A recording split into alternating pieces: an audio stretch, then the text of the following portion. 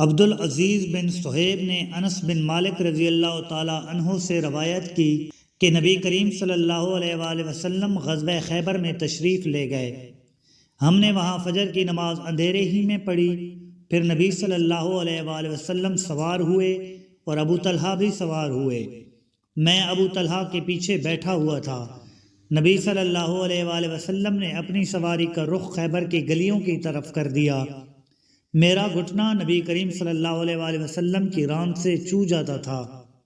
پھر نبی کریم صلی اللہ علیہ وآلہ وسلم نے اپنی ران سے تہبند کو ہٹایا، یہاں تک کہ میں نبی کریم صلی اللہ علیہ وآلہ وسلم کی شفاف اور سفید رانوں کی سفیدی اور چمک دیکھنے لگا۔ جب آپ خیبر کی بستی میں داخل ہوئے تو آپ صلی اللہ علیہ وآلہ وسلم نے فرمایا کہ اللہ اکبر، خدا سب سے بڑا ہے، خیبر برباد ہو گیا۔ جب ہم کسی قوم کے آنگن میں اتر جائیں تو ڈرائے ہوئے لوگوں کی صبح منحوس ہو جاتی ہے۔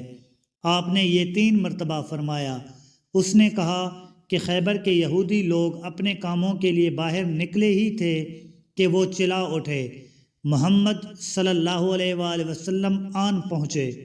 اور عبدالعزیز راوی نے کہا کہ بعض حضرت انس رضی اللہ تعالیٰ عنہ سے روایت کرنے والے ہمارے ساتھیوں نے والخمیس کا لفظ بھی نقل کیا ہے، یعنی وہ چلا اٹھے کہ محمد صلی اللہ علیہ وآلہ وسلم لشکر لے کر پہنچ گئے۔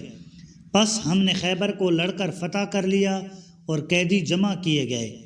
پھر وہیہ رضی اللہ تعالیٰ عنہ آئے اور عرض کی کہ یا رسول اللہ، قیدیوں میں سے کوئی باندی مجھے عنایت کیجیے۔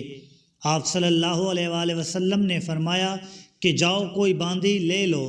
انہوں نے صفیہ بنت حی کو لے لیا۔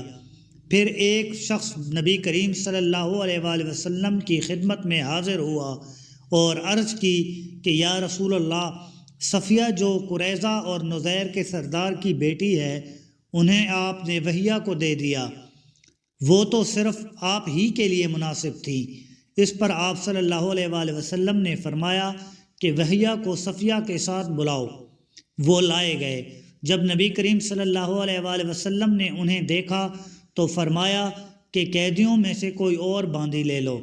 راوی نے کہا کہ پھر نبی کریم صلی اللہ علیہ وآلہ وسلم نے صفیہ کو آزاد کر دیا اور انہیں اپنے نکاح میں لے لیا۔